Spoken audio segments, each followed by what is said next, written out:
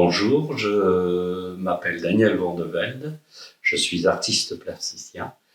Je vis à Nantes depuis novembre 2023 et là j'ai le plaisir de vous accueillir dans ma maison, qui est également un lieu de vie où je développe mon art, c'est-à-dire que c'est à la fois vivre, aimer, être avec les plantes, le soleil, la vue, et être aussi avec les œuvres d'art. On a engagé avec ma compagne Nathalie cette idée que ce qui caractérisait notre vie et ce qui rendait notre vie possible ne devait pas être dissocié, mais emmené ensemble. Et c'est pour ça que c'est à chaque fois un plaisir d'accueillir des gens qui sont un peu sensibles à l'art, parce que là, on l'a au quotidien de manière presque naturelle, puisque ce sont pratiquement que des matériaux naturels employés. Donc ça, c'est pour mon cadre de vie. Si j'insiste sur ce cadre de vie, c'est que depuis que je fais des œuvres, j'ai fait le choix de ne pas avoir d'atelier, de ne pas m'enfermer dans un lieu. On a toujours cette vision un peu triste du sculpteur qui a une grosse barbe, qui est dans un endroit très poussiéreux avec un poêle. J'ai pas eu besoin de tout ça. Je suis à la fois un enfant de l'art, c'est-à-dire de tout ce qui a été les avant-gardes des années 1950, je dirais jusqu'aux années 1980. C'est ce qui a formé mon regard, c'est ce qui a donné mon esthétique, c'est ce qui a alimenté mon intelligence, avec ensuite beaucoup de choses du côté de la littérature, de la poésie, de l'anthropologie et de la philosophie. Et je suis aussi pour moitié un artiste au temps du dérèglement climatique. La sculpture, elle a commencé dès que je suis arrivé dans le département de l'Aube, à l'âge de 5 ans. Mes parents avaient acheté une maison, c'était la plus haute du village. Enfin, pas la plus haute en termes de taille, mais sur le relief. Et derrière, il y avait immédiatement les champs et les forêts. Et j'ai eu une drôle de manie à partir de l'âge de 7, 8, 9 ans, je ne me souviens pas exactement, je franchissais le mur du jardin et j'allais marcher la nuit en forêt. Et j'avais pas les mots pour parler d'art ou de sculpture, mais c'était un fantastique apprentissage de relation entre les clairs-obscurs, les volumes des arbres, leur manière qu'ils ont de s'inscrire dans l'espace, c'est assez exceptionnel. Et c'est là le début de ma relation à une singularité d'un objet très singulier qui s'appelle l'arbre, voire les arbres. Ça, c'est la première approche. D'ailleurs, j'ai souvent fait ça, marcher jusqu'à l'aube, jusqu'à ce que la lumière vienne. Et finalement, quand on parlera un peu plus en détail des arbres, vous verrez que cette lumière qui apparaissait à l'extérieur, je l'ai simplement prise et je l'ai glissée à l'intérieur du tronc. D'où cette sorte d'évitement et cette mise en lumière des arbres. Je suis très attaché au mot sculpture. Pour diverses raisons. On pourra aussi en reparler plus tard.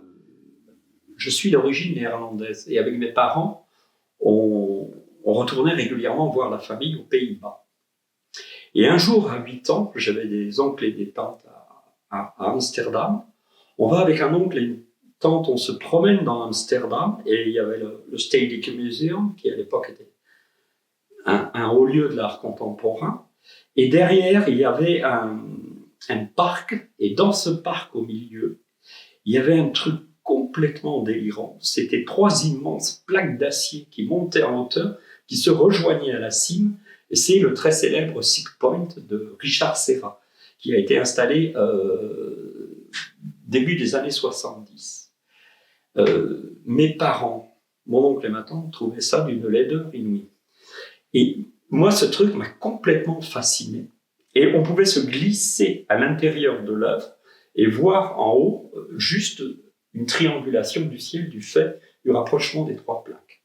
J'ai regardé ça, j'avais 8 ans, et je me suis dit, quand je suis ressorti, j'ai dit, papa, maman, plus tard, quand je serai grand, je serai sculpteur.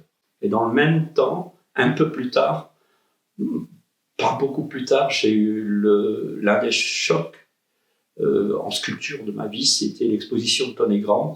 Je crois que c'était en 85-86 à Beaubourg, au Centre d'Art Beaubourg. Et donc pour moi, un très grand artiste. Enfin, en tout cas, très important.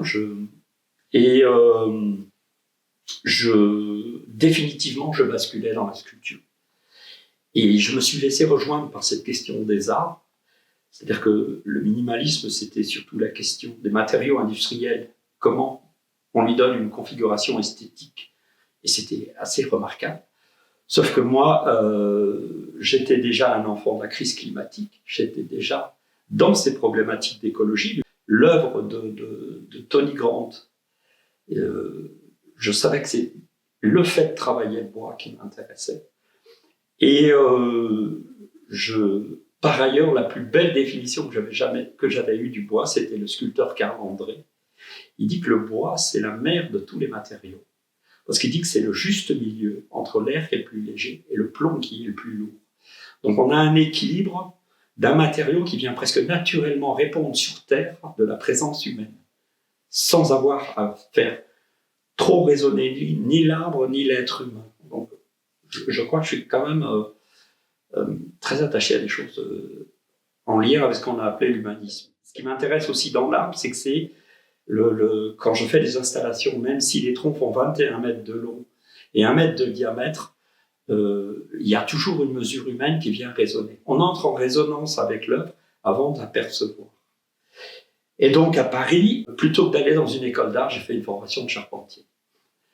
Donc c'est un vrai plaisir d'abord de travailler avec des compagnons, avec les charpentiers de Paris. C'est vraiment des confréries, c'est une culture extrêmement intéressante sur le plan historique aussi. Mais en même temps, ça m'a permis d'avoir de savoir travailler le bois, je dirais presque de manière industrielle, de manière artisanale et industrielle, et en plus d'en avoir toute la connaissance technique, mécanique, à partir de laquelle j'allais pouvoir élaborer un vocabulaire. Et ça me passionnait. Et la chose étonnante, c'est que un jour, je vais dans le sud, et là, quelqu'un savait que j'étais intéressé à la sculpture. On me dit, écoute, c'était son beau-père, qui était écossais, et qui est parti suite à un problème de santé, et qui avait laissé tous ses outils de sculpteur. Et il m'a dit, si tu veux, je te les donne. Et j'ouvre la caisse, et je vois des gouges, des ciseaux à bois, c'était pas exactement les outils de charpentier, je les prends, je vois un morceau d'arbre là, et la première chose que je fais, c'est de les vider. C'est-à-dire qu'en un seul geste, avec une mallette de bois, je faisais exactement le contraire de tout ce que j'avais appris en charpenterie. Et donc, en travaillant sur le vide, j'ai articulé une autre perception de l'arbre, basée sur l'héliocentrisme, sur le fait que l'arbre, sa valeur, c'est de pomper la lumière du soleil. C'est ce que font toutes les plantes. Et si elles ne le faisaient pas, la Terre serait inhabitable. C'est ce qui nous rend la Terre habitable. Donc on leur doit quand même quelque chose. Mais concernant l'arbre, quand je creuse, je ne le fais pas de manière aléatoire, mais en suivant l'énergie nécessaire à la croissance de l'arbre. Ce qui fait que le résultat, une fois fini, c'est pas du bois, mais de la lumière fossilisée.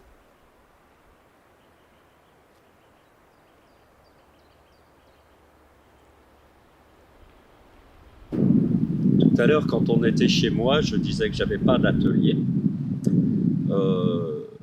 En fait, là où je me trouve ici, c'est pour moi une forme d'atelier. C'est ici que je vais travailler une œuvre dont vous voyez l'arbre derrière moi. Je dois vous raconter que le 1er janvier, je fais ici, dans ce parc que j'aime beaucoup, une balade digestive. Et je tombe nez à nez avec cet arbre qui est tombé. Et le 2 janvier, j'étais dans les bureaux de la municipalité de Saint-Herblain, puisque nous sommes sur la commune de Saint-Herblain. Et je me mets d'accord avec eux pour que je puisse venir travailler cet arbre-là. C'est-à-dire que de manière temporaire, je fais un camp ici ça devient mon atelier pour quelques mois. Je travaille l'œuvre sur place. Donc il y aura une constante relation avec les gens, avec les éléments naturels. C'est un charme, donc c'est le charme de Saint-Herblain. Et cet arbre est tombé en octobre 2024, je crois, s'il y a eu une énorme tempête. La première chose qu'on peut dire, c'est que l'arbre, il est encore vivant, c'est-à-dire qu'on a la souche qui est au bord de la chésine et on voit déjà des repousses qui repartent. C'est absolument incroyable. Une plante, c'est une prolifération constante, c'est une manière de se régénérer. Est-ce que vous vous imaginez, vous disparaissez et vous arrivez à réapparaître? Un arbre, ça va fonctionner comme ça. D'ici une cinquantaine ou une soixantaine d'années, il aura une autre forme, mais c'est le même individu. Et donc là, ici, je vais travailler avec tous les éléments. Et je vais le creuser, l'évider, le mettre en lumière. C'est-à-dire que je vais aller chercher à l'intérieur de lui la dose de lumière qu'il a stockée en termes de croissance. Vous voyez ici l'intérieur. En fait, l'arbre, il n'a pas d'intériorité. C'est Francis Allais qui dit très bien, c'est un biologiste, qui dit que l'arbre ne peut pas aller aux toilettes. Alors tout ce dont il n'a pas besoin, il le stocke à l'intérieur. Donc ce que vous avez, ce qu'on appelle le cœur de l'arbre, c'est son stockage de cellules mortes. Mon idée, c'est de remettre en jeu l'énergie nécessaire à la croissance de l'arbre. Donc je vais entièrement retirer et l'intérieur et un peu l'extérieur, l'écorce, l'aubier, et on veut le retrouver à l'état de la lumière tel qu'il était quand il était en état de croissance. Parce que contrairement aux idées reçues, l'arbre ne se nourrit pas tant de la terre que du soleil, qui constitue sa nourriture, son aliment de base à 85-90%. Et ce sont les décompositions de ce qui vient de cette manière de s'alimenter de la lumière qui crée la terre et qui la rend habitable. Donc c'est partir d'une ressource naturelle en travaillant avec des outils classiques de sculpteur, c'est renouveler et reconditionner une nouvelle forme d'arbre, donc de sculpture.